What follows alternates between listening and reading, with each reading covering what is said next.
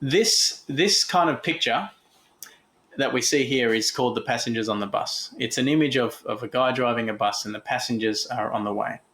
We're going to talk about this analogy in a second.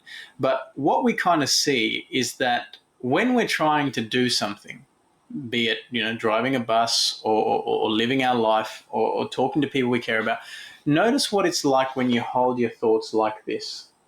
And you can kind of see that there is, you might use words, I'll come back here for a second, you might use words like, you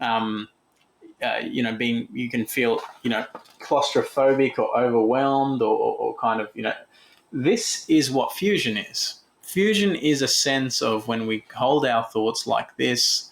Fusion is the effect of fusion is what you just noticed if everything you cared about was around you. And so what we kind of see here, what we kind of see with the effect of fusion is that, as we said, it dominates your attention and it ends up dictating behavior. It ends up having an influence over what you do. And so normally with that explanation, clients, you can ask clients what their experience of that was, whether they can kind of see. And the one thing we kind of see is that, I don't have any thoughts written, but you can kind of say, these thoughts, we're not debating whether they're true or not. We're not debating the truth of these thoughts. What we're doing is kind of looking at them and saying, is it helping me when I hold these thoughts like that and I hold them up? Or is it helping me to connect with what matters, or is it pulling me away from that? Now, this explanation of fusion kind of largely focuses on how being fused with thoughts kind of dominates attention. Now, this analogy here, called the passengers on the bus, adds the second dimension of fusion, second dimension of the effect of fusion, which is that not only does it consume our attention, but it starts to dictate our behavior. Now, there is a nice video on this that I would like to share. I might upload it as a link or something for you to look at. So you can probably find it online, even if you just go to YouTube and Google passengers on the bus metaphor act. And briefly, in this analogy, it's a story of a guy driving a bus.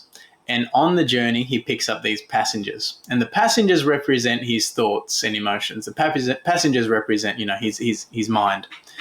And as he's driving, he finds that his mind starts to speak up. So, for example, he goes past a street called Dare to Dream, or past a street called Take a Chance. And his passengers say, oh, there's no point doing that. You're probably going to fail anyway. Just keep it safe. And so he keeps driving around and around and around doing the same old thing. This is where many clients find themselves at. In the first session, we talked about how avoiding what we don't want becomes the orientation of life. In other words, in all the psychopathology disorders, the avoidance of the experience and the emotion is central.